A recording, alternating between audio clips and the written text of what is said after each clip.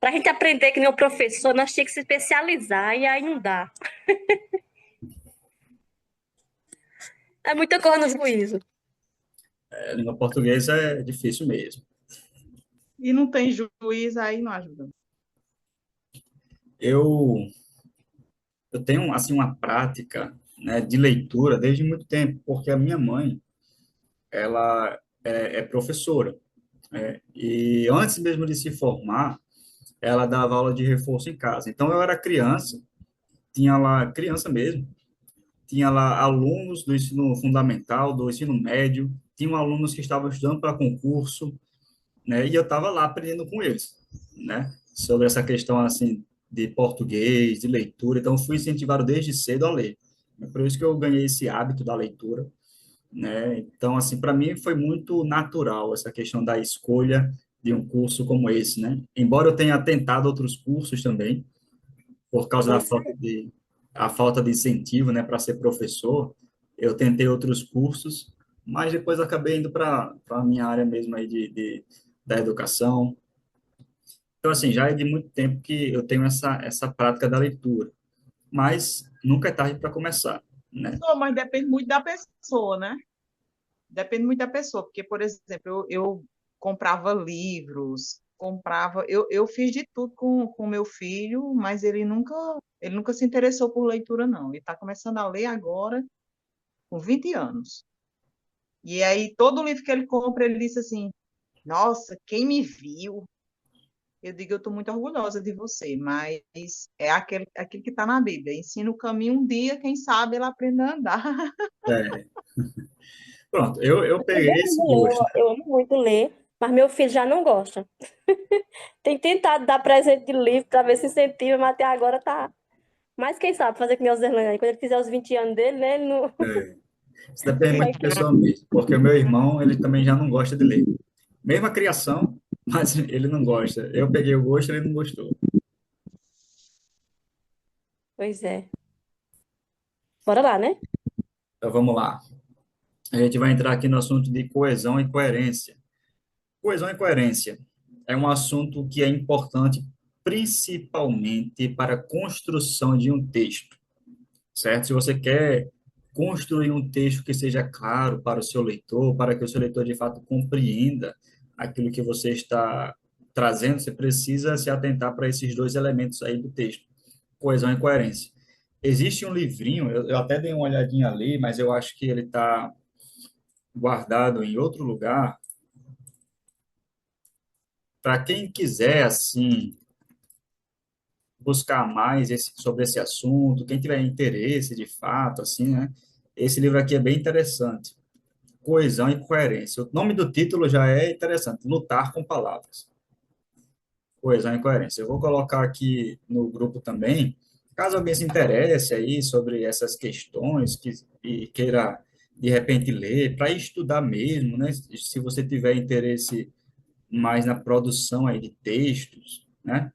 Você pode ler porque é um livro bem simples, ele é pequeno, é um livro bem simples de se ler, né? A Irandé Antunes, ela escreve de uma maneira muito clara, né? Então, assim, vai ajudar bastante para você construir textos e também para que você possa compreender textos, né? Porque, vamos lá, o que é coesão e coerência? A coerência diz respeito à lógica do texto, ou seja, ele faz sentido? Pronto, se o seu texto fizer sentido, é um texto coerente. Agora, se o seu texto não fizer sentido, está faltando coerência.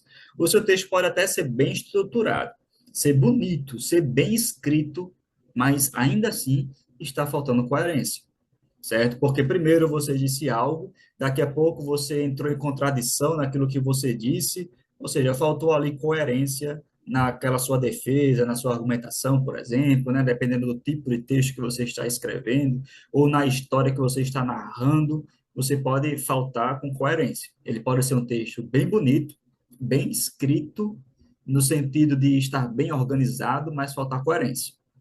E o que é coesão? A coesão é a ligação que há entre os elementos do texto, o que acontece por meio do uso de conectivos. A gente voltou aí para o conectivo, né? O texto ele precisa estar bem amarradinho. Vamos pegar um exemplo aqui. Eu coloquei aqui Dois exemplos, né? Ajudei na organização da festa. Ponto. Não pude ir. Ponto. Meu irmão passou mal. Ponto. Então veja que nesse exemplo aqui eu tenho três frases diferentes. Elas estão com sentido, tem sentido, mas está faltando coesão. Ou seja, está faltando aqui elementos que unam essas frases e eu consiga trazer uma fluidez melhor ao texto. Vamos lá. Ajudei na organização da festa. Não pude ir. Meu irmão passou mal. Como é que eu posso reescrever essa frase aqui? Me ajudem aí. Como é que eu posso reescrever essa frase utilizando conectivos? Ou seja, eu quero colocar essa frase aqui, essas três frases, em uma frase só. Ajudei na organização da festa. Qual é o conectivo que eu posso colocar aqui? Quem pode me ajudar? Para tirar o ponto, eu quero tirar o ponto, os dois pontos aí, e colocar um conectivo. Lembra dos conectivos que eu coloquei ali? Ajudei na organização da festa, melhor, né? Vírgula. Eu preciso colocar um conectivo. Me ajudem. Mas não pude ir. Pronto, simples, né? Mas não pude ir. Outro conectivo para cá.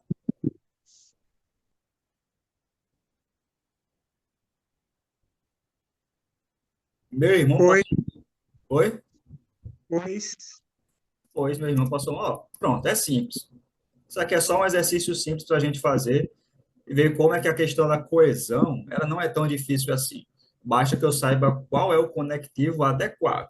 Por exemplo, eu não poderia colocar aqui, portanto, ajudei na organização da festa, portanto, não pude ir. Não faz sentido, porque, portanto, expressa conclusão, sendo que aqui você quer trazer uma ideia de oposição de ideias. Porque se você ajudou na organização da festa, a ideia é que você vá também, mas aí você vai colocar uma oposição de ideias. Aí você pode colocar mais, entretanto, porém, contudo, todavia, certo? Uma dica aqui também, ó.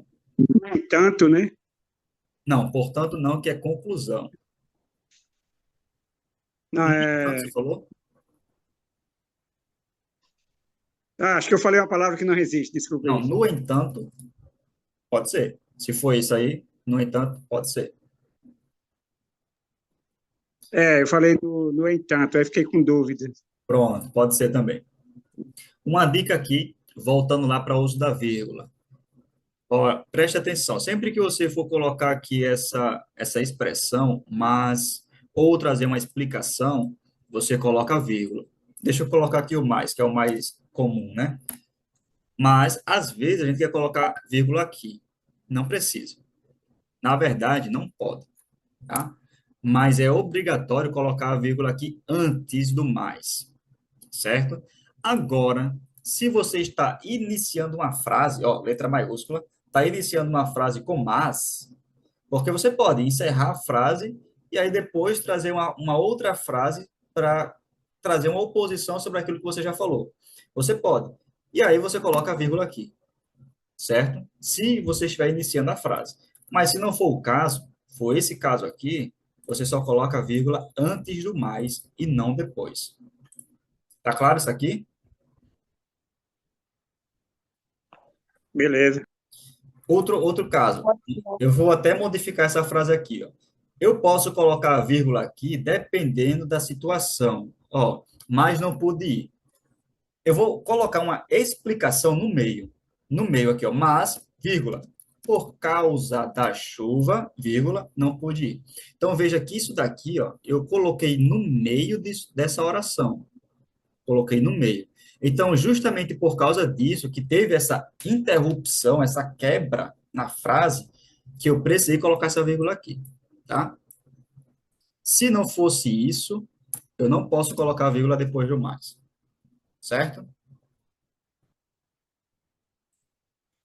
Ok, muito bem. Vamos lá para outra frase. Então, vamos lá. Esse primeiro exemplo aqui, ó, era um exemplo que não possui coesão. A frase faz sentido. Ajudei na organização da festa. Não pude ir. Meu irmão passou mal. Faz sentido, você consegue entender as informações que estão sendo passadas ali, mas não tem fluidez, melhora na comunicação se você colocar os conectivos, colocar essa coesão. Ajudei na organização da festa, mas não pude ir porque meu irmão passou mal. Coesão. Já no exemplo de baixo, tem coesão. Ó, já concluí o trabalho, mas ainda estou finalizando até agora. Tem coesão aqui, ó, né? Mas faz sentido essa frase? Como é que você concluiu o trabalho e está finalizando até agora, né? Coerência. Se você está finalizando, Muito você não estranho, concluiu. né? Como É é? porque você terminou a parte escrita, professor, mas você ainda está processando e entender, porque você não entendeu foi que você escreveu. Então, aí o escritor da frase deixou em aberto É, a dúvida para quem leu, se ele realmente concluiu ou não. parece os livros de Machado de Assis. Machado de Assis é assim, ele escreve uma história e às vezes deixa as coisas em aberto, que é para você tirar suas próprias conclusões ali. Mas é uma frase aqui que, no caso, tem coesão, ó, porque tem conectivo, mas está faltando sentido. Está faltando ali a coerência, né? Então, esse aqui é só um exemplo para a gente entender como é que funciona a questão da coesão e da coerência. Ok, então como é que faço? Isso aqui é importante para vocês, tá? Que estão escrevendo aí textos, estão produzindo até o TCC de vocês. Como é que eu faço para escrever um texto coerente, ou seja, que tenha sentido? Vamos lá, temos aqui algumas dicas. Primeiro, manutenção temática. O que é que isso significa? Mantenha o tema, não desvie do assunto. Às vezes a gente se empolga, né, escrevendo alguma coisa, isso acontece muito em pregação. Vocês que pregam aí, né, vocês devem ter estudado já os tipos de sermões, né? Nós temos aí sermão expositivo, sermão temático, sermão textual, né? Lembra disso daí? Uhum. E aí Isso aí nós, faz com que acaba o foco da pregação, né? Se sair do sentido. é, porque tem um outro tipo de sermão também, além desses três, que é o sermão fugitivo. Já ouviram falar nesse sermão fugitivo? É quando o pregador ele abre lá o texto, lê o texto, foge do texto e não volta nunca mais para o texto. É o sermão fugitivo. É aquele povo da internet que lê um versículozinho e vai falar. Aí falam, começa a dar exemplo da vida, né? Começa a falar sobre várias coisas que não tem nada, nenhuma relação ali com o texto, não explica o texto, e o texto ficou lá. Foi só um pretexto para ele poder falar alguma coisa ali, né? É claro que às vezes a gente não vai fazer isso, mas algumas vezes a gente acaba fugindo do tema, né? Eu, por exemplo, quando eu preparo um sermão, como um bom batista, eu costumo fazer um sermão de 3 pontos, né? Eu sempre organizo lá 3 pontos no meu sermão e eu sempre Eu dou um também tenho tema. esse hábito, professor, de fazer sempre essa pontuação com 3 pontos. Pronto, isso aí é um hábito aí que é batista, né? A gente brinca, né? Dizendo, mas é comum, na verdade, em vários. Eu nem sabia que era Batista. A pessoa diz, né? Que é um É hábito aí conversa batista. mesmo. A maioria faz isso. É, é. E aí a gente faz essa divisão em 3 pontos, porque fica mais fácil a gente conseguir assimilar, né? No meu entendimento, fica mais fácil de comunicar e de você manter justamente o tema. E eu sempre dou um tema, de fato, para o meu sermão, um título para o meu sermão. Por quê? Vamos pegar o livro de Tessalonicenses lá. O livro de Tessalonicenses ele foi escrito ali por Paulo para uma igreja que estava com dúvidas a respeito da segunda vinda de Cristo, estava com dúvidas a respeito do que acontecia com aqueles que morriam, né, se eles de fato iriam ver quando Cristo voltasse. Então, Paulo escreve para fortalecer a fé dos irmãos que estavam passando por perseguição e também para corrigir esses desvios, essas dúvidas que eles tinham, melhor dizendo, né?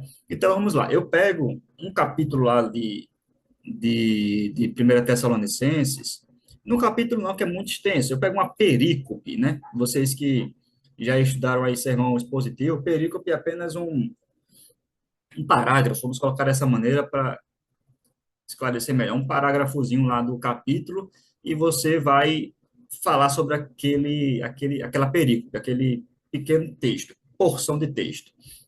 De negrito para Aquele, negrito. como é, André? Negrito para negrito também, né? É, É uma ideia, né? exatamente. Então, assim, dentro daquela pequena perícope, existe um assunto que está sendo tratado ali pelo apóstolo Paulo. Qual é o assunto principal daquele pequeno texto? Não, ali Paulo está fortalecendo a fé dos irmãos com base na esperança que está por vir. Pronto. Porque Paulo está falando sobre a segunda vinda, né? Então vamos pegar esse título aí que eu inventei agora. Fortalecendo a fé com a esperança do porvir. Pronto, você vai estruturar o seu sermão com base nesse título que você deu. Não é um título criado, se você vai extrair a ideia principal do texto, tá? Que é diferente do sermão textual que às vezes pega assim um tema, um sermão temático, melhor dizendo, que você pega um tema e aí depois é que você vai atrás do versículo para sustentar o tema. Às vezes acontece assim, né?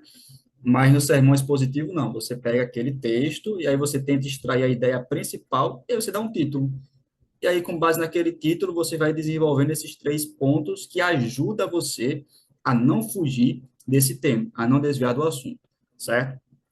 Eu estou trazendo isso aí como uma ilustração para um sermão, né? Já que é um seminário teológico, certo? Mas se fosse para qualquer outro tipo de texto, você também deve se manter no tema, né? Eu utilizo essa mesma estrutura aqui para um texto dissertativo argumentativo do Enem. Você vai fazer uma prova de Enem, né? Você vai pegar lá o tema do que vão dar para você e você precisa se manter naquele tema, certo? Você pode até dar um título, não é obrigatório, mas você vai ter um tema lá e você não pode falar de nada que seja fora daquele assunto principal. E às vezes acaba dando uma fugidinha, você volta ali e isso é perigoso, porque se você fizer isso, você vai perder ponto, tá? Então, da mesma forma, no sermão expositivo, você precisa se manter dentro daquele assunto. Você vai falar sobre uma coisa, então tenta focar naquele assunto e não se desviar para outras questões que são menos importantes ou que não têm a relação com o assunto, tá? Isso aí é para manter a coerência do seu texto. Vamos lá. Conhecimento de mundo do produtor e do receptor. Considerar o conhecimento do leitor. Por que isso aqui é importante? Vamos lá. Como eu falei anteriormente para vocês em relação à variação linguística, tá? Vocês daqui a pouco, serão teólogos formados, vocês têm uma formação aí em teologia, mas vocês vão falar para um público que talvez não tenha uma formação em teologia. Então, você vai estar lá falando sobre um assunto, de repente, na escola bíblica dominical, ou até numa pregação, está lá falando sobre os decretos de Deus. Aí você está explicando lá sobre Deus, e aí você utiliza uma expressão lá, então, o supralapsarianismo, né, que o infralapsarianismo, você está utilizando uma expressão teológica. Pastor, Diga aí, André. desculpa estar atrapalhando o senhor. Não, É sem isso mesmo. Aqui, eu fico aqui em cima da Sete Teixeira, eu faço missões aqui, e o pessoal aqui é analfabeto sem analfabeto, tá? Então tem que até pesar as palavras direitinho para não causar uma confusão na cabeça dos irmãos, das pessoas aqui. exatamente, né? Então, esse é um grande desafio para o pregador da palavra. E aí eu recomendo Pregação em Pregadores do Martin Lloyd Jones, que eu já falei aqui, né? E ele fala justamente sobre isso, né? Você precisa adaptar a sua mensagem. Eu não vou falar sobre supralapsarianismo, infralapsarianismo, com o pessoal lá do interior, né? Que não sabe nem o que é decreto de Deus. Se eu falar sobre decretos de Deus, talvez ele fique pensando, como assim decretos de Deus? Ele não vai saber nem o que é isso. Soberania de Deus, talvez ele não saiba nem o que é soberania também, né? Então, o desafio é muito desafiador para André, aí para outros, né, que trabalham assim com um público distinto, é muito difícil de você conseguir interpretar o texto e explicar de maneira que o ouvinte entenda, certo? Por isso que tem isso aí, ó, considerar o conhecimento do leitor, porque você pode até escrever um texto que seja, tenha uma coerência, mas que não seja muito fácil, digamos assim, do leitor ou do seu ouvinte de entender, tá? Então, é bem desafiador mesmo, bem desafiador, quando se faz missões em alguns ambientes. É por isso que eu citei a Bíblia de Taipa, né? Recomendo que vocês deem uma procurada lá no Instagram, no YouTube, para vocês verem mais ou menos como é que funciona, né? A adaptação da Bíblia para uma linguagem sertaneja, para uma linguagem que as pessoas de fato possam entender com maior facilidade. Não é uma substituição da Bíblia, tá? É só para explicar de uma melhor forma para as pessoas que têm um conhecimento diferente, tá? Então, a gente precisa Assim, considerar isso. Oi, eu fui uma pregação uma vez que o pregador estava lendo a Bíblia e a linguagem dele, eu não me lembro qual era, mas tinha umas palavras complicadas no meio. Eu achei interessante, depois, quando ele foi, né, expor o texto, explicar para a igreja, ele falava também o significado daquela palavra que ele leu, para não fugir, né, para poder fazer o público entender o que ele tinha lido. Achei bem interessante, sabe? Ele não fugiu da leitura que estava, né, leu como estava lá a linguagem, uhum. mas explicou para a igreja o significado, junto com a explicação a exposição do tema dele. Pronto, é uma possibilidade também, né? Às vezes, a gente pode até utilizar alguma expressão que seja um pouco mais difícil e também trazer a explicação logo em seguida. Por exemplo, eu trabalho também com música, né? Eu não sou músico, não me considero músico. Tem um músico aí, né, que falou, não lembro agora exatamente quem foi que disse, que trabalha aí no Ministério aí de Música. Deixa eu ver se eu olhando aqui pelos nomes, não sei se foi Pedro, Foi não, Emily. Emily, acho que, se não me engano, é Emily. foi Emily? Não, mas tem um outro irmão também, que é É, é, Isso, Manuel, Não, Manuel. Manuel. Manuel, né? Não, é Emily, o Manu, é Manu, Manu que é cantor. é. E Emily também é do grupo de louvor. Ela louva também. Cuida. Eu ia falar aqui sobre um hino do cantor cristão, mas me fugiu agora a memória. Lembra ele, Jesus. Quantas bênçãos, quantas bênçãos. Quem lembra aí o início de quantas bênçãos? Se das vidas vagas procelo. Não sei Pronto, se é assim, né? é Na harpa isso. cristã, no Salmozinho. Quantas bênçãos, quantas É, o são início é esse daí. recebidas da divina mão. O início, Assim Glória! é. esse aí é o refrão, Uma. né? É. O início é Nos Salmos e Hinos, é. Se das vidas vagas procelosas são, se com desalento julgas tudo vão, contas muitas bênçãos dizes de uma vez, e verás surpreso quanto Deus já fez. Contas bênçãos dizes quantas são, e assim sucessivamente. pronto, ó, aqui, ó. Eita, que esse homem é canteiro. Ele é louveiro, ele prega e canta. Ô, glória! A música do cantor cristão diz assim, ó, se da vida as vagas procelosas são, se com desalento julgas tudo vão. Irmãos, tem pessoas na igreja que cantam esse hino, sabem de cor. Mas se você perguntar, irmão, o que é que você acabou de falar na primeira estrofe? Elas não vão saber. Elas não sabem o que é que significa isso, vagas procelosas, desalento. Elas não vão saber dizer o que é que isso significa, tá? E é por isso que eu gosto, por exemplo, Cantas Bênçãos, deixa eu ver, Inário para o culto cristão, que também é um inário batista, não sei se vocês conhecem, mas o inário, ó, se da vida as ondas agitadas são, se desanimado, julgas tudo vão. Então veja que já teve uma mudança significativa aqui no hino, né? Eu, por exemplo, como batista, eu gosto dos hinos, eu gosto dos hinos, mas existem alguns hinos que de fato utilizam uma linguagem tão difícil que as pessoas não entendem. Então, do que é que adianta eu cantar o hino só por cantar, só para dizer, não, eu sou batista, eu tenho que cantar esse hino, e as pessoas não entenderem nada? Elas estarão de fato louvando a Deus, elas nem sabem que elas estão dizendo, né? Então, Concordo com você, concordo, para que de fato eu possa concordo. louvar a Deus, eu preciso entender o que eu estou dizendo. É por isso que o inário para o culto cristão ele também é dos batistas, né? Foi feita essa atualização de muitos dos hinos do cantor cristão, justamente para trazer um entendimento mais fácil para as pessoas. Sabia disso, hein? Como é, Aninha? Eu não sabia disso, Bom, Mas dessa muito bom.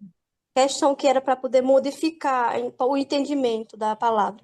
o HCC, ele traz muitas atualizações de hinos mais antigos do cantor cristão e traz outros mais novos também, né? Justamente para trazer esse entendimento. Por quê? Imaginou o cantor lá, eu cantando lá essa música, aí eu tenho que parar. Irmão, vocês entenderam o que que é isso aqui? Pronto, essa palavra significa isso, essa outra palavra significa isso. Então vamos voltar a cantar aqui. Aí eu canto, aí eu paro para explicar. Então não dá para fazer isso durante uma música, por exemplo, né?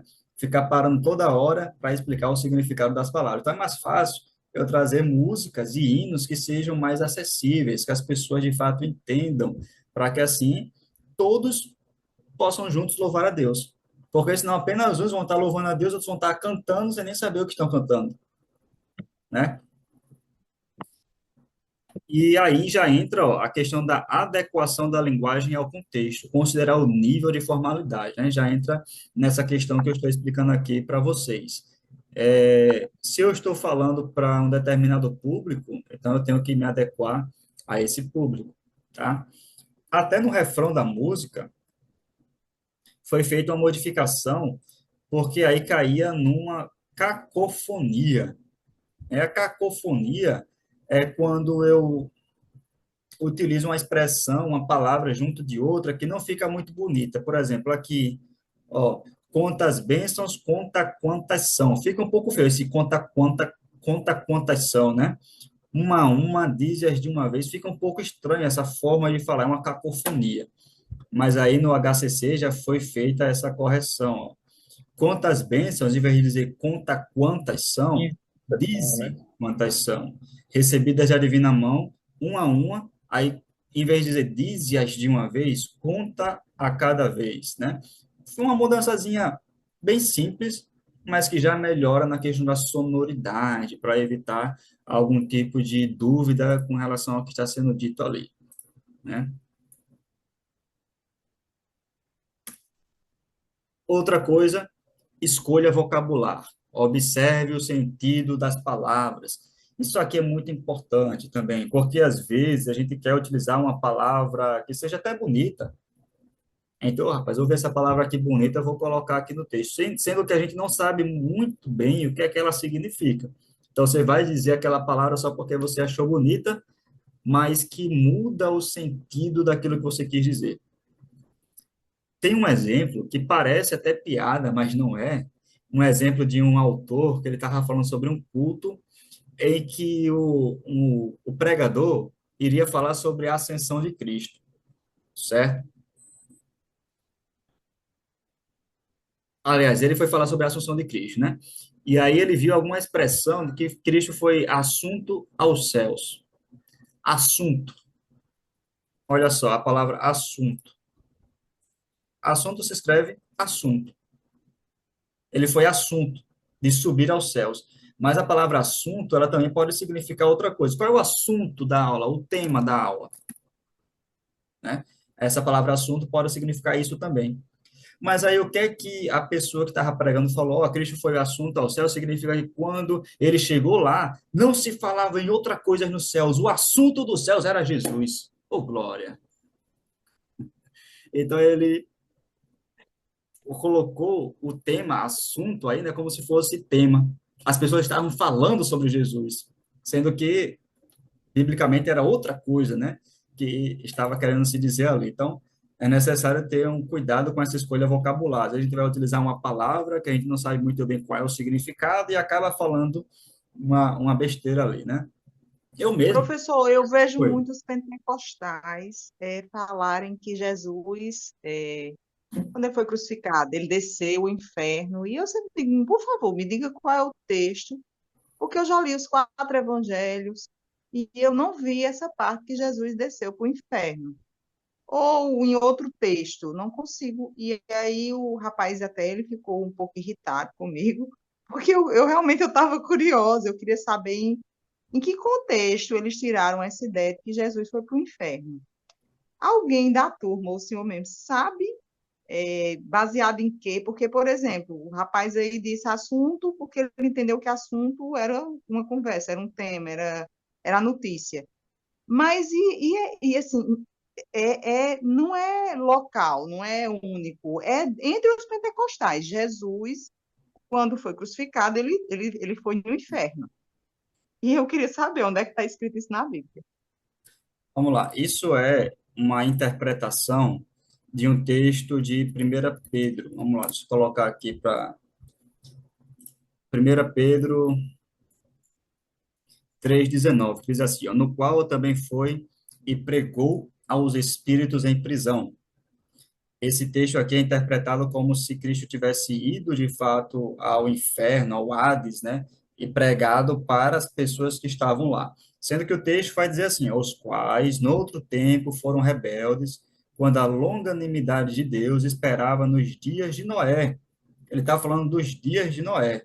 Ou seja, esse texto aqui está dizendo que quem são esses espíritos em prisão? São aquelas pessoas do tempo de Noé que se recusaram a ouvir a pregação. Que pregação? Noé. Noé pregou. Em 2 Pedro, Pedro vai dizer que Noé era pregador da justiça. Ou seja, enquanto Noé estava construindo a arca, Noé estava pregando, falando do juízo de Deus que viria, certo?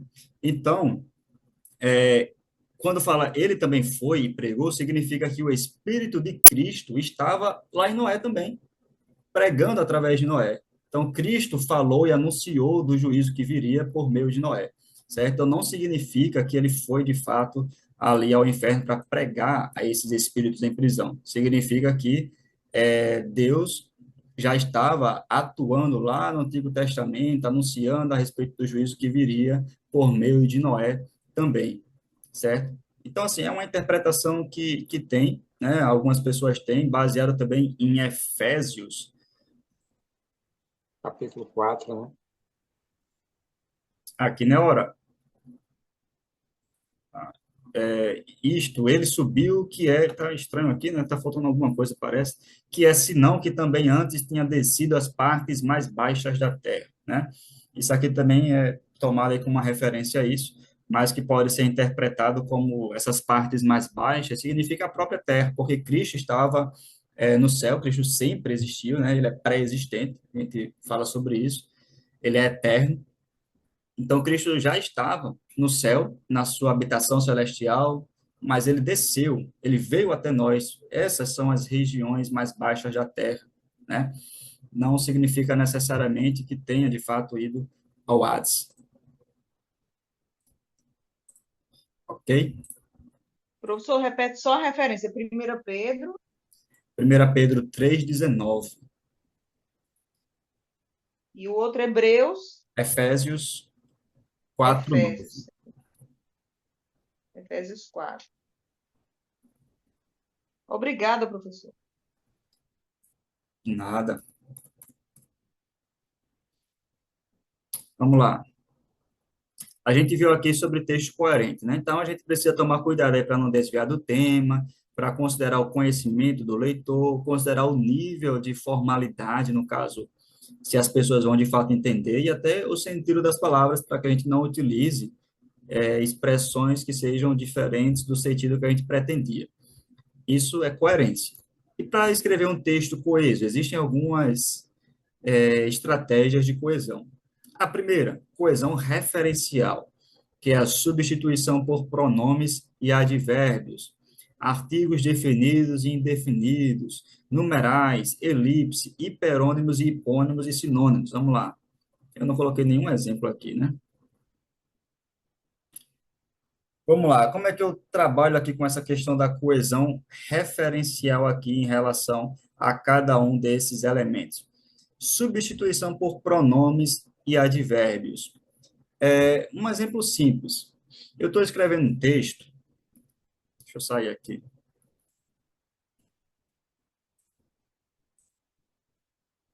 Eu digo assim: André foi pregar na igreja do interior. Não lembro aí qual é o nome, né? Aí foi pregar na igreja do interior, Congregacional. congregacional, né? Mas eu ia falar do interior, que você tinha falado, né? Na igreja congregacional. A cidade. Qual é a cidade? Matureia, Como? Matureia, Maturéia? Matureia. Maturéia, sim? Sim, Pronto. Vamos lá. André foi pregar na igreja congregacional em Maturéia. Ele falou que algumas pessoas se converteram após a exposição do texto, após o culto, né? Pronto. Eu utilizei aqui de um recurso de coesão referencial. Que tipo de coesão foi essa? Eu substituí André por um pronome ele. Só isso. é. Só isso, tá? Por que isso aqui? Para evitar repetição, em vez de falar que André foi pregar na igreja congregacional, André falou, e ficar falando ele, em vez de ficar falando André, André, André, André, eu vou utilizando aqui a substituição por pronomes.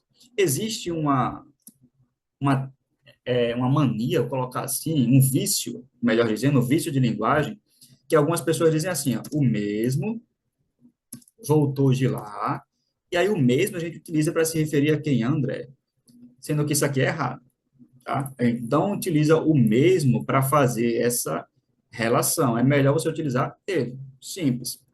Quando você pega um elevador, por exemplo, tá lá, antes de entrar no elevador, verifique se o mesmo encontra-se no andar. Geralmente tem essa plaquinha lá no elevador. Não sei se vocês já prestaram atenção. Isso aqui está errado, tá? Verifique se ele, de maneira simples. Ele tem o elevador. Só isso.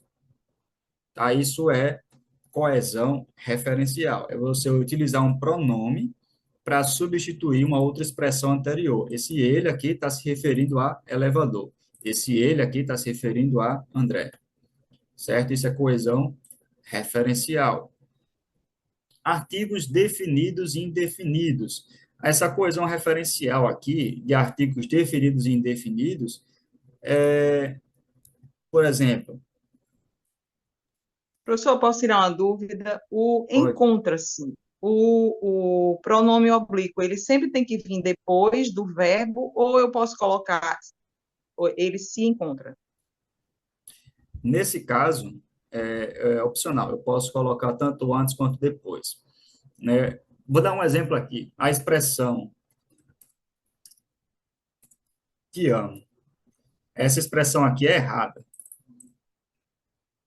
certo?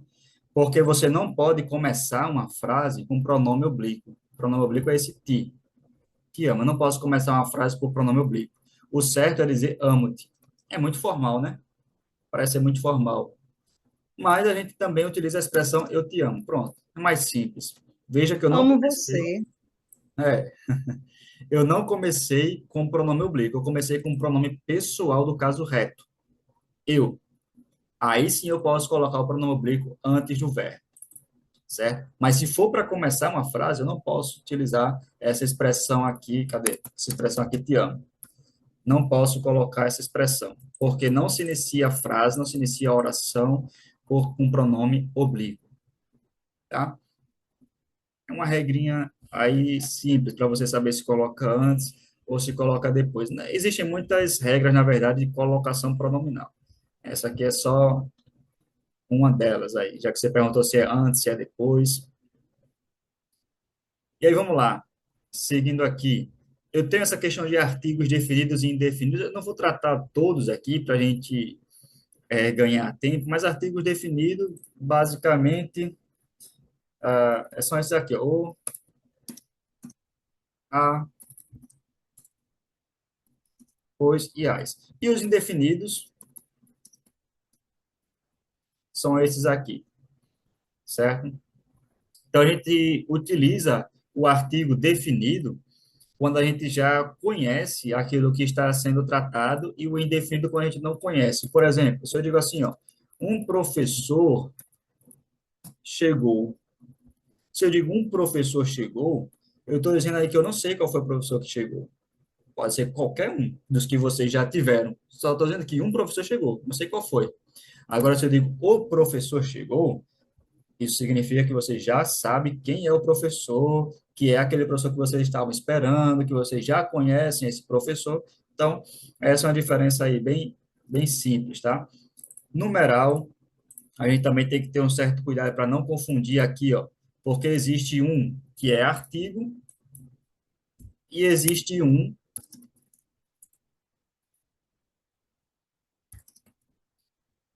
uma que é numeral. Como é que eu sei se é artigo ou se é numeral? Vou utilizar o mesmo exemplo aqui. Um professor chegou. Isso daqui é um artigo. Agora, se eu utilizar essa expressão aqui, ó, apenas um professor chegou, isso aqui é um numeral. Qual é a diferença? Por que que aqui é artigo e por que que aqui é numeral?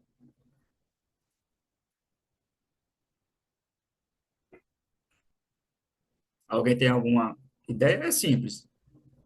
É porque é o que o senhor estava dizendo, né? É um artigo indefinido. Já apenas você está contando, né? Apenas um professor chegou. Poderia ter sido apenas dois. Isso, ficou baixinho aí, mas deu para ouvir, né? Apenas um professor, eu estou me referindo aqui à quantidade de professores que chegou, né? Eu estou dizendo aqui que é apenas um. Eu estou esperando mais. Vão chegar aí vários professores, mas até o momento, apenas um chegou, a quantidade.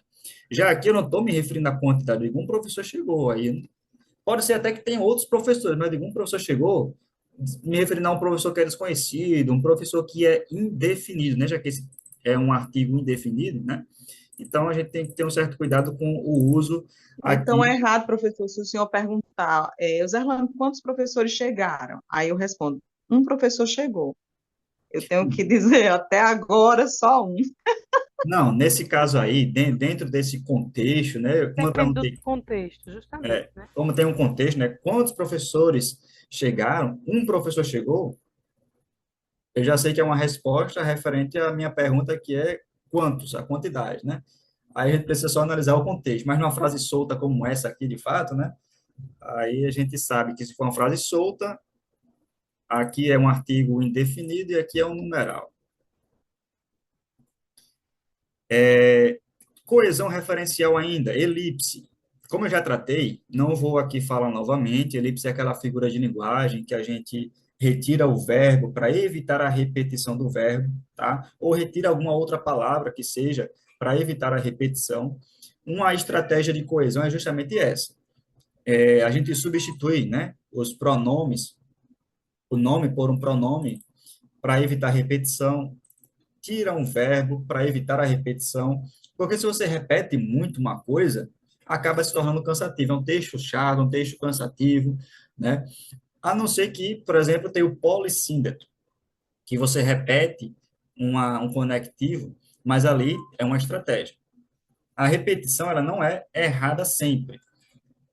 A repetição, ela pode ser utilizada como estratégia para enfatizar alguma ideia, mas, se você não souber utilizar, ela se torna cansativa, se torna um texto chato. Você, ih, rapaz, está repetindo demais. André foi, André saiu, André fez aquilo outro. Então, para evitar essa repetição do André, André, André, coloca um pronome, coloca a função. Esse, André saiu, ele retornou, o professor depois fez aquilo, né? Então, você utiliza até a minha função de professor para evitar a repetição do André, para evitar a repetição do ele, certo? Que é, no caso, hiperônimos aqui e hipônimos. Já ouviram falar nisso aí? Hiperônimos e hipônimos?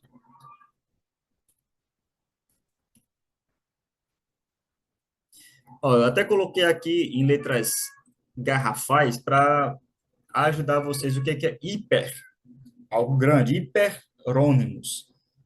E aqui hipônimos. Vamos lá. Hiperônimos é um grupo maior. Por exemplo, fruta, animal, aquele joguinho que a gente joga, né? A dedonha, eu não sei como é que vocês chamam.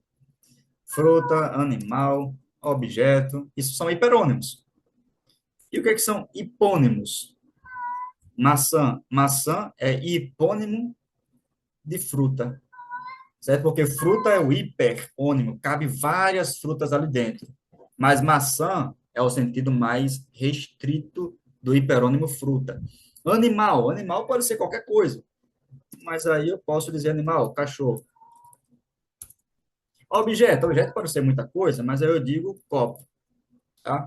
Como é que eu coloco isso aqui dentro de um texto para deixar o texto mais coeso? Mesma coisa para evitar repetição. Eu estou falando aqui, eu comi uma maçã. Aí eu quero me referir à maçã novamente, mas eu não quero dizer maçã para evitar repetição. Eu digo, a fruta estava deliciosa. Pronto. Utilizei aqui uma estratégia. No lugar de dizer ela, eu utilizo a fruta, né?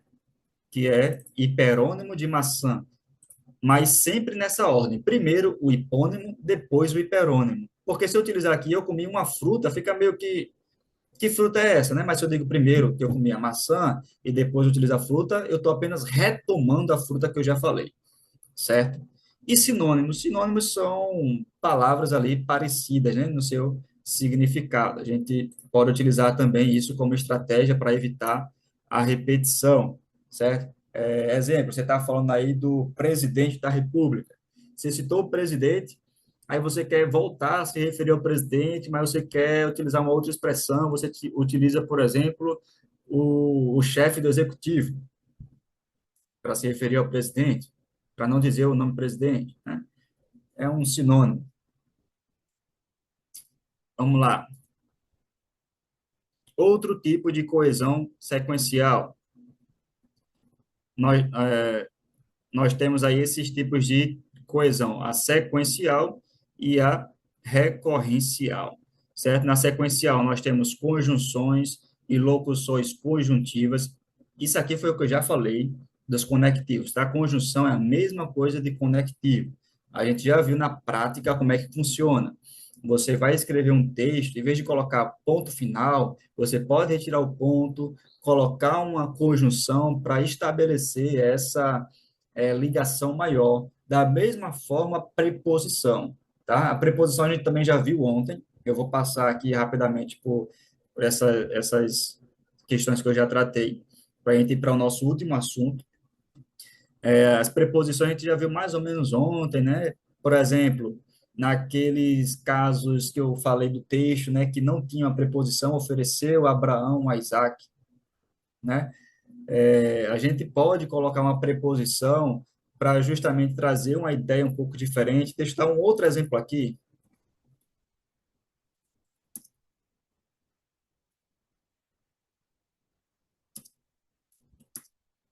Vamos lá. O verbo tomar. O verbo tomar, ele é classificado como transitivo direto. Não sei se você lembra disso aqui, ou seja, não exige preposição, tá? Não exige preposição. Mas eu posso dizer o seguinte, eu tomei do suco. Ele continua sendo verbo transitivo direto, mas agora ele tem aqui uma preposição. Por que que aqui tem eu tomei o suco e aqui eu tomei do suco? Tem alguma diferença aqui? Eu tomei o suco e tomei do suco? Qual a diferença de sentido que tem aqui?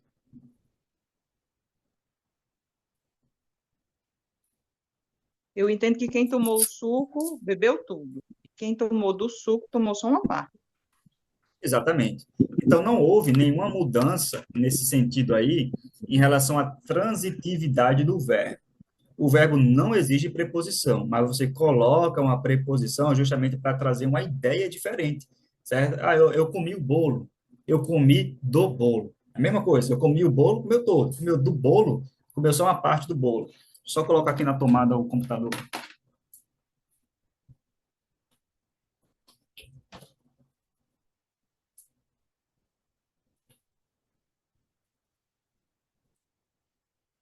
Pronto. E, por último, a coesão recorrencial, que é a repetição de termos, repetição de estruturas, repetição de conteúdo, que eu já expliquei aqui mais ou menos para vocês também, que em algumas situações a repetição ela pode acontecer justamente para trazer uma ênfase naquela ideia, mas você precisa saber como utilizar bem essa estratégia, né? Como lá no caso de Gênesis, né? No início de Gênesis você vê muita repetição do justamente porque o autor quer dar essa ideia de várias ações que foram sendo feitas ali por Deus, né? Várias coisas que foram acontecendo ali naquele momento, tá?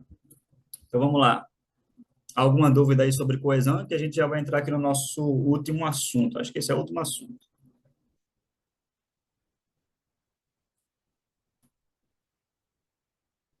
Podemos seguir?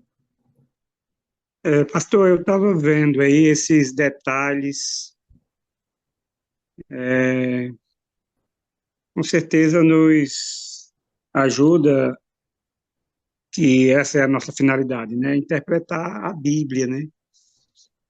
Porque muitas vezes o autor bíblico está falando de uma forma bem detalhada, e se a gente não prestar atenção, né, é, e aí a gente vai falar algo, né, que a irmã Euserlande já comentou.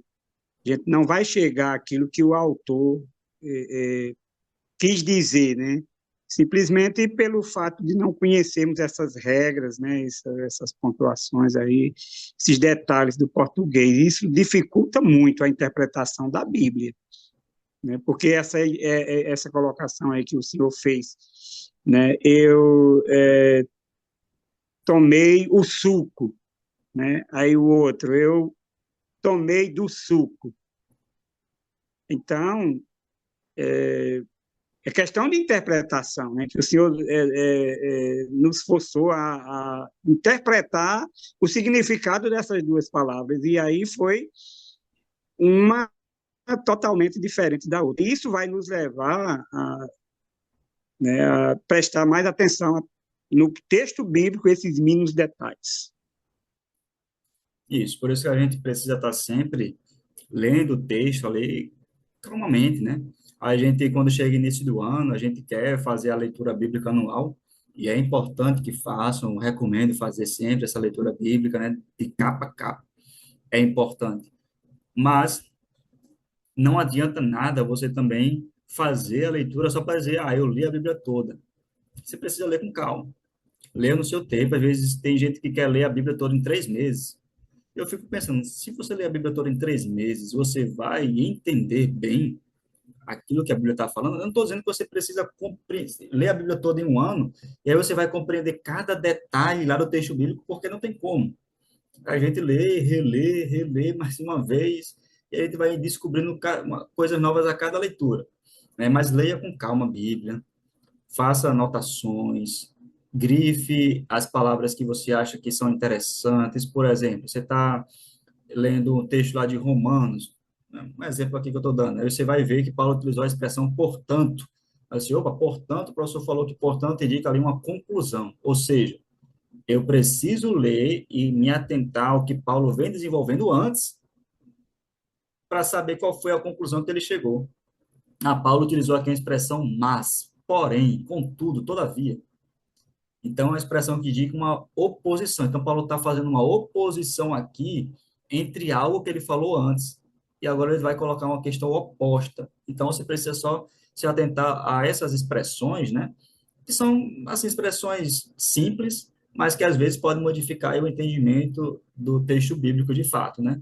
Então, você lendo, fazendo uma leitura bíblica com calma, frase por frase, respeitando a pontuação, respeitando lá as questões dos conectivos que foram colocados, você consegue, né, fazer uma leitura um pouco melhor, entender melhor o texto, anote, tire dúvidas quando você lê alguma coisa, você anota para perguntar a um pastor, né?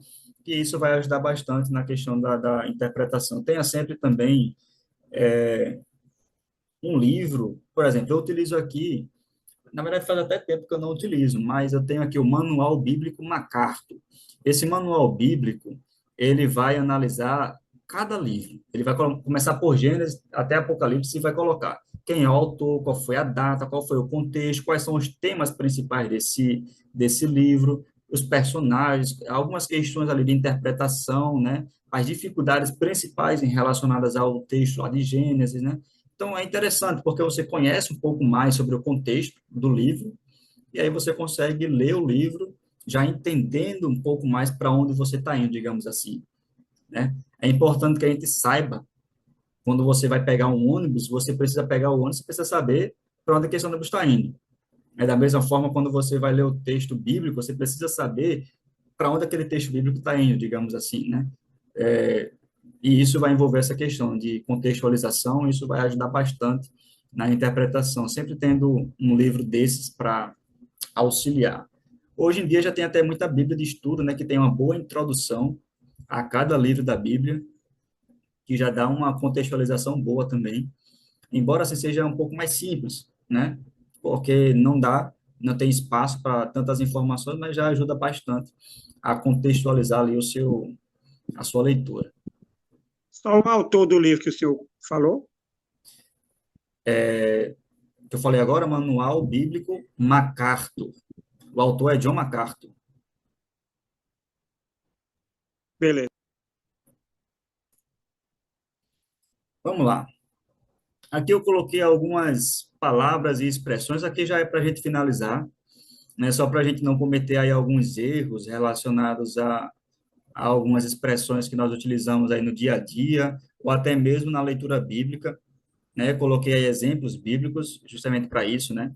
Ao encontro de e de encontro a. São duas expressões que são parecidas, né? Mas vamos olhar aí a diferença, né? Ó, a locução ao encontro de é uma expressão usada para indicar concordância, né? Ele foi ao encontro de, ou seja, significa estar de acordo com, favorável a. Um exemplo aí, Mateus 25:1. Então, o reino dos céus será semelhante a 10 virgens, que, tomando as suas lâmpadas, saíram ao encontro do esposo. Foram se encontrar com ele, certo? É uma expressão que indica essa concordância. Já de encontro a, expressa discordância. É bem parecido, né, a expressão, mas já expressa aí a discordância, oposição. Por exemplo, Êxodo 14:27, que diz: Então Moisés estendeu a sua mão sobre o mar, e o mar retornou à sua força ao amanhecer. E os egípcios, ao fugirem, foram de encontro a ele. Ou seja, os egípcios foram de encontro a ele, né? Isso significa que eles estavam não correndo para se encontrarem com ele de maneira favorável, não, de maneira contrária, certo? E o Senhor derrubou os egípcios no meio do mar. Então, são expressões aí que são parecidas, mas tem uma certa diferença. Onde e aonde? Vamos olhar aí, são duas expressões que a gente também acaba confundindo, certo? Mas são expressões diferentes. Vamos lá. Aonde deve ser usado com o verbo que indica movimento ou para mencionar um ponto de chegada. Por exemplo, Lucas 10:1. E mandou-os adiante da sua face, de dois em dois, a todas as cidades e lugares aonde ele havia de ir. Aonde ele havia de ir, ele ia se movimentar. O verbo ir sempre indica movimento, certo? Então, uma dica aqui para vocês. Vocês vão utilizar essa expressão eu vou, né? Professor, aluno está no presencial e diz, professor, eu vou no banheiro. Quando você diz assim, eu vou no banheiro, significa que você vai para algum lugar que não é o banheiro. Você vai para algum lugar, não sei que lugar é esse, mas você vai em cima do banheiro para algum lugar, certo? Porque essa expressão aqui, no, ela significa em, mais o artigo definido o, certo? Então, você já está nesse lugar, você já está no banheiro e você vai para algum lugar, certo? Seria diferente você dizer assim, eu vou no carro, certo? Mas se você disser assim, eu vou, você quer dizer que o lugar para onde você vai é o banheiro, então eu vou ao banheiro, certo? Por quê? Porque o verbo ir, ele precisa dessa preposição aqui a. Quem vai a algum lugar, certo? Quem vai a algum lugar. Então, sempre é necessário colocar essa preposição. Se fosse uma palavra feminina, eu vou à feira. Se fosse a palavra feminina, eu preciso colocar essa crase. Por quê? Prestem atenção aqui, ó. Ao, eu tenho aqui preposição a, mais um artigo definido o. Eu vou o banheiro. Porque banheiro é uma palavra masculina. Por ser uma palavra masculina, precisa de um artigo masculino. Certo?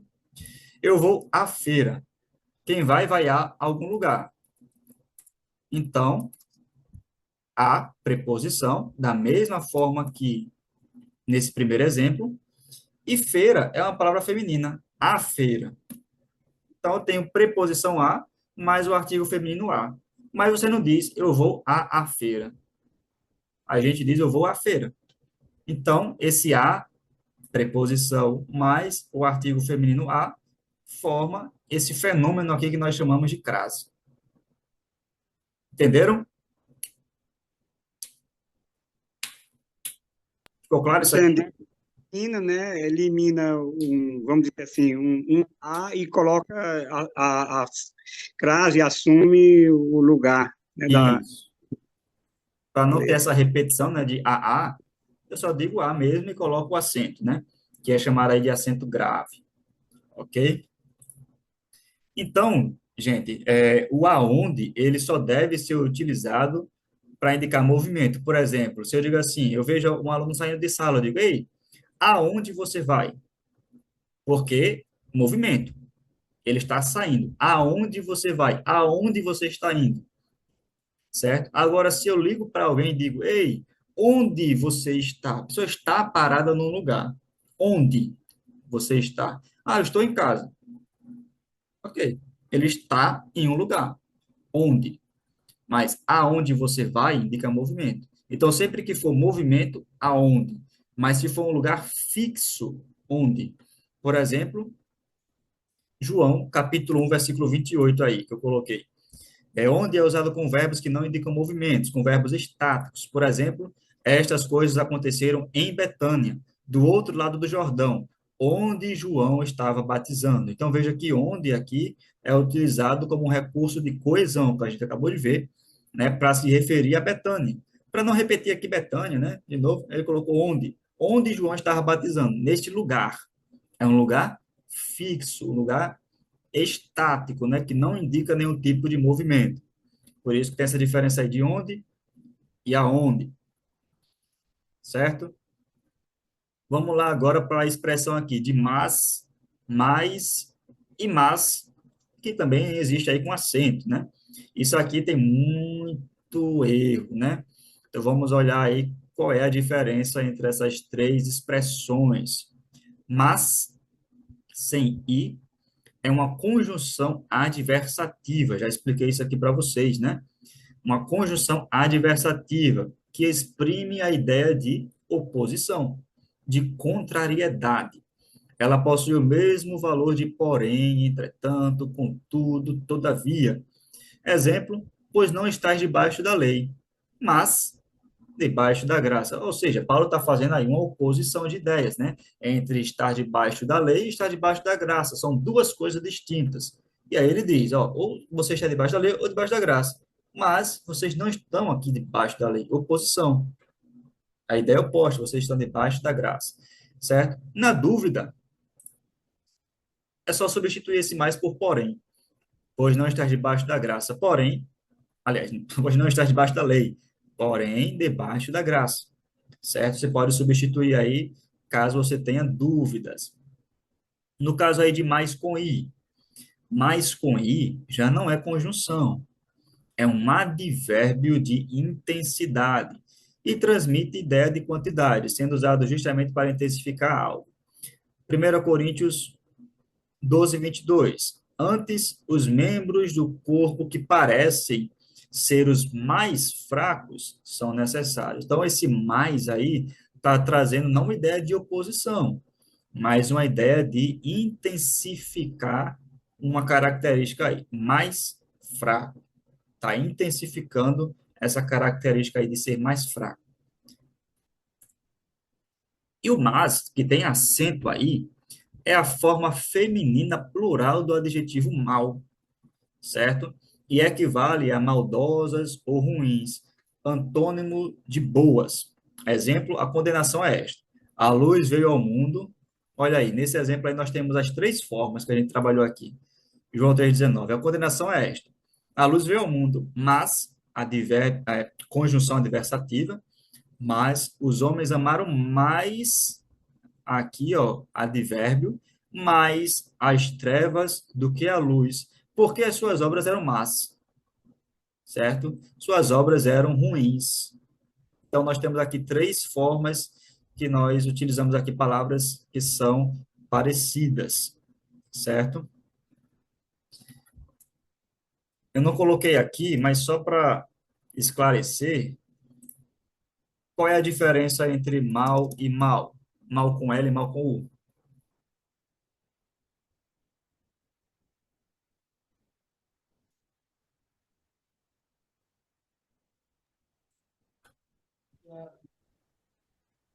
É, tem o mal, aí podemos dizer fulano está mal, mas fulano está bem, né? E, e tem também o mal, acho que é esse mal com o U, né? E aí vem o bom, né? Acho que eu me inverti aí, né? Não, mas é isso. Mal é o oposto de bem Isso, e mal é o oposto de bom. Vamos lá. isso, é. Isso daqui são advérbios. Isso daqui são adjetivos. Como é que eu uso cada um? Estou me sentindo mal. Advérbio. Por que advérbio? Porque é o modo como eu estou me sentindo. Estou trazendo aqui uma Uhum. circunstância, certo? Adjetivo é o quê? É uma característica. Característica. Advérbio não é característica, é uma circunstância. Adjetivo, eu vou colocar aqui, ele é mau, certo? Ele é mau. Isso aqui é um adjetivo, é uma característica dessa pessoa, certo? Veja que eu poderia substituir aqui, ó, ele é bom. Se você está na dúvida, ele é bom. Estou me sentindo bem. Pronto, então eu posso substituir mal por bem e aqui eu posso substituir por bom. É o oposto, certo? Vamos lá para a gente tentar acabar de 4 horas, né? Foi o combinado aí. A e A. Veja que questão de fonética, né? Que a gente viu ontem na Pastor, introdução. eu acho que a bateria do meu celular não vai aguentar não, pegar 4 horas não. Isso tá 6%. Eu tô longe de casa, não tem como carregar não. Tranquilo, tranquilo, mas eu vou passar a atividade e aí eu envio lá no grupo também o documento direitinho, explicando, e aí qualquer dúvida você pode Certo, perguntar também. certo. Obrigado. Vamos lá, aqui A com H e A sem o H. E vamos lá. Com H, o A representa uma forma do verbo haver, certo? É um verbo. Pode significar existir ou fazer. Exemplo: Senhor, ninguém há como tu, não existe ninguém como tu. E não existe Deus fora de ti, certo? Então, aí é um sentido do verbo existir. O a pode ser uma preposição geralmente usada para indicar distância ou tempo futuro. Exemplo, porque daqui a 7 dias, ó, esse a aqui já está indicando o tempo futuro. Daqui a 7 dias, farei chover sobre a terra durante 40 dias e 40 noites. Eu não coloquei aqui, mas existe uma expressão que a gente utiliza assim, ó, há muito tempo. Há muito tempo. Isso aqui é o verbo, tá? Há muito tempo. Eu não preciso dizer há muito tempo atrás. Não preciso dizer. Por quê? Porque isso aqui já indica um tempo passado. Há muito tempo foi atrás. Aquilo é o que eu falei para vocês, acho que foi hoje, sobre o pleonasmo vicioso. Há muito tempo atrás é uma redundância. é dizer a mesma coisa que você acabou de dizer. Então, não precisa você utilizar atrás, certo? Não precisa você utilizar. É a mesma coisa você dizer, é minha opinião pessoal. Opinião pessoal. Opinião só pode ser pessoal, certo? Então, não precisa você dizer opinião pessoal. Há muito tempo já é suficiente, tá?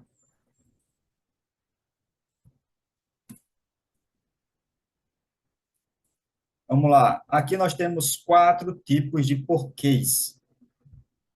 Vamos olhar aqui rapidamente cada um deles, justamente para que a gente possa. Isso aqui é mais para que a gente possa escrever de maneira adequada, né?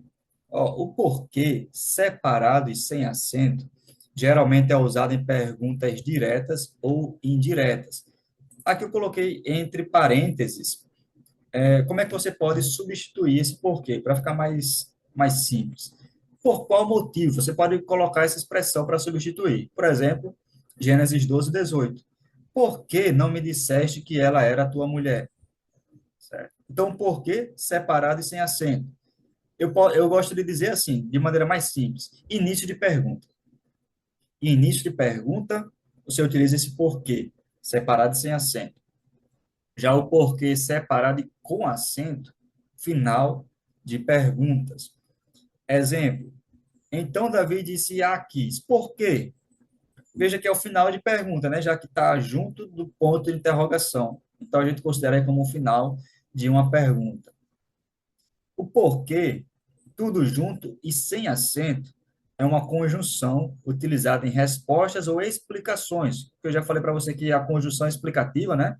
Você pode utilizar o porquê.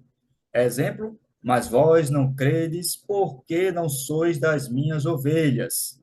Certo? Jesus está explicando aí o motivo daquelas pessoas não crerem. Elas não eram parte das ovelhas de Jesus. E o porquê junto e com acento é um substantivo, usado como sinônimo das palavras razão e motivo. Será sempre antecedido por artigo definido ou indefinido, numeral ou pronome. Por exemplo, não sei o porquê. Ó, veja que em nenhum caso a gente coloca o artigo o antes do porquê. Somente nesse último caso. Não sei o porquê, porque ele é um substantivo. E como eu acabei de falar para vocês, explicando ali sobre crase, né? Sempre que nós temos um substantivo, nós podemos, não é obrigatório, mas nós podemos colocar um artigo antes. E nenhum outro desses exemplos que eu dei, nós podemos colocar artigo, somente no substantivo. Não sei o porquê de João Marcos não querer acompanhar a Paulo e a Barnabé. E esse também é o mesmo porquê eu disse assim para vocês, ó. Vamos estudar o uso dos, porquês. Eu posso colocar esse porquê no plural. Eu não posso colocar nenhum outro no plural. Por que que eu posso colocar isso no plural? Porque esse é o único que é um substantivo, e apenas substantivo que vai para o plural. Certo? Fechou aqui. Vamos lá, deixa eu passar aqui a atividade para vocês. Eu vou enviar escrita para vocês, porque eu tenho ela aqui já pronta, mas eu preciso ainda fazer algumas alterações, porque foi para uma outra turma, então eu vou fazer aqui algumas alterações. Mas como é que vocês irão fazer?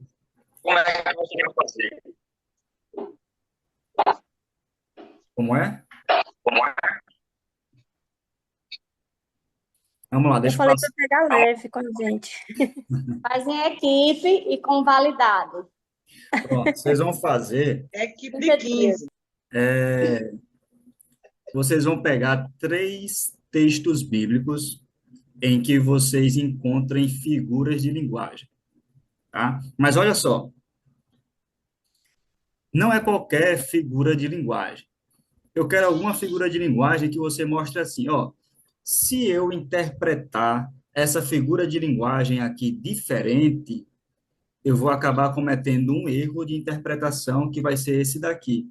Por isso que é importante eu interpretar esse texto de maneira adequada dessa figura de linguagem. Só o que é que o senhor tem contra mim? Porque eu disse que eu tenho problema com interpretação, aí o senhor... Gente, eu ainda dou a dica. Bem-aventuranças, que eu tô com raiva dele.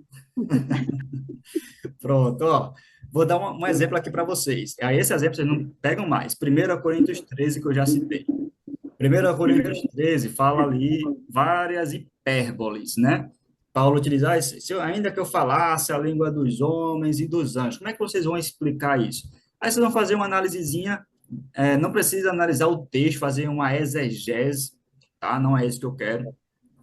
Mas vocês vão fazer uma breve análise daquele texto de 1 Coríntios, um exemplo, né? Vocês não pegam mais esse texto aí, mas de 1 Coríntios 13, e você vai mostrar. Ah, Paulo nesse texto está tratando disso, tratando daquilo, tratando daquilo outro. Percebe-se que Paulo está tratando de hipérboles por causa disso, porque Paulo vai utilizar a expressão ainda que repetidas vezes para mostrar um exagero na sua fala. Vocês vão explicar o que é hipérbole nesse caso aí, né? E aí, qual é o erro de interpretação? Se eu for interpretar de maneira literal, eu vou acabar cometendo o erro de dizer que as línguas de anjos ali são as línguas estranhas, né? Que são faladas como alguns interpretam, né? Eu não sei se tem alguém aqui que é de alguma igreja pentecostal, alguém que crê assim dessa maneira, acho que não, né? Pronto, então a gente não tem essa mesma interpretação, né, que os nossos irmãos pentecostais aí, né, com relação à língua dos anjos, né, que alguns interpretam, assim, não todos os pentecostais, mas alguns vão dizer que as línguas estranhas são línguas de anjos, línguas celestiais. Então você vai explicar que esse texto ele é uma figura de linguagem e que é importante entender como figura de linguagem, porque caso contrário eu acabaria cometendo um erro de interpretação. Não é uma heresia, tá? Não é uma heresia, mas é um erro de interpretação por causa da figura de linguagem que não foi interpretada corretamente. Então, pronto, dei um exemplo aqui para vocês. Vocês não pegam mais esse texto de 1 Coríntios 13, vocês vão olhar para outros textos que eu já citei aqui também, mas vocês vão pesquisar aí outras figuras de linguagem. Vocês vão dizer, ó, se eu pegar esse texto e não interpretar como figura de linguagem, eu vou cometer esse erro de interpretação. Como é que eu interpreto? Aí você vai mostrar qual é a correta interpretação e fazer essa análisezinha desse texto. São 3 textos, tá? É só uma atividade, então são 3 textos que eu quero. 3 textos. Deus perdoa o Senhor, pastor. 3 textos.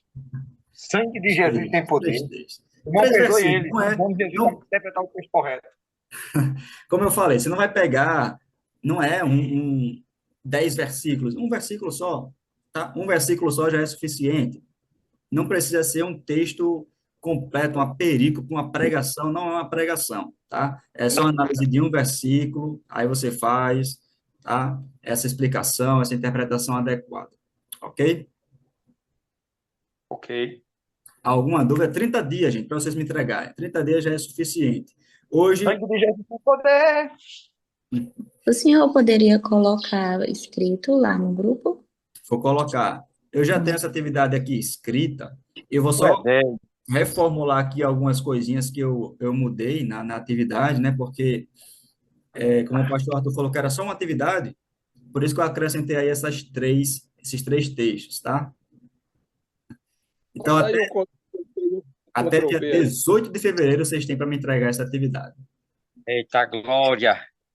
Só aproveita para não ter muita. Deixa eu dar um Ctrl+C e um Ctrl+V aí para gente aí. Nessa atividade, se eu já tenho ela. Vou anotar aqui só as orientações e a explicação lá de 1 Coríntios 13, que está aqui, ó. Uma explicação de como mais ou menos eu quero que vocês tratem. É um texto até um pouquinho longo aqui. Vocês estão vendo aí, né, ainda? Mas põe Sim. no grupo para a gente poder verificar direitinho, tá bom? Isso, eu vou colocar lá no grupo. Por favor. Aqui está o texto até um pouquinho longo, você pode fazer um pouco mais curto, já que são 3 textos que vocês vão analisar, No chão, Rebeca. mas é só uma ideia, Pé no chão. um modelo de como é que vocês podem fazer essa interpretação desse texto, tá? Rapaz. Alguma dúvida, gente, a respeito do que foi tratado aqui, da atividade, de alguma outra questão? Oi, pessoal. Pastor. Pensa numa questão, viu, meu amigo? 3 textos. Sou mestre, né? Top demais. Eu sei que o senhor torce pro ABC, mas perdoa o senhor aí. Viu? E é, rapaz, ABCdista, né? ABCdista. Bora Eu no cuidei com o bicho, paraíso. ele dormiu ontem de noite, aí comi assim. Vamos lá, gente. Então, se não há nenhuma dúvida, a gente vai encerrar aqui. Vamos orar, né? Para a gente encerrar a nossa disciplina. Para mim, irmãos, só quero agradecer a vocês aí por esse tempo, né? Gostaria de ter dado essa aula aí de forma presencial, acho que sempre é mais legal, é melhor a nossa interação presencial, né? Infelizmente, não foi possível, até porque tem pessoas aí de outros lugares, mas foi ótimo poder conhecer vocês, tá? Passar esse tempo aqui com vocês, poder trazer essa disciplina que eu sei que tem as suas complicações, a língua portuguesa tem as suas dificuldades, mas eu espero que tenha sido esclarecedor, né, naquilo que eu me propus aqui a tratar. Eu não tratei, assim, de várias questões, né, da língua portuguesa, como orações subordinadas, né, coordenadas, não tratei de muitas questões, justamente porque eu tentei ser o mais prático possível em relação à interpretação bíblica, né, utilizar o português para interpretar e para pregar também da maneira mais adequada, para produzir textos e sermões de maneira mais adequada. Esse foi o meu objetivo aqui com vocês e espero que eu tenha alcançado esse objetivo. Se por alguma razão não foi assim o esperado de vocês, eu peço perdão, mas podem também dar um feedback depois para que a gente possa ir melhorando aí também, tá certo? Foi Professor, top, pode ter Foi certeza que o senhor maravilhoso, tem foi o bom dom dado demais. por Deus. Amém, amém. Excelente. Né, que a aula não é presencial, porque a Infeliz- aula online assim, é muito difícil para a gente tirar as dúvidas, fazer perguntas. Eu mesmo tenho muita dificuldade com a aula online. Mas, Infelizmente, eu não vou fazer o samba de novo, né? ei, só não Michel, perde você tá trabalhando aí, né, Michel? para a aula de grego, né? Tão difícil quanto o grego. Misericórdia. O grego é mais fácil, Francisco. Grego é Mulher, fácil, grego é fácil. para mim não, é nada. Grego é difícil demais. Mais fácil é o cearense. Dono tu rai, dono tu rei, dono tu réis. Amém. Irmãos, alguém pode orar, encerrando essa aula?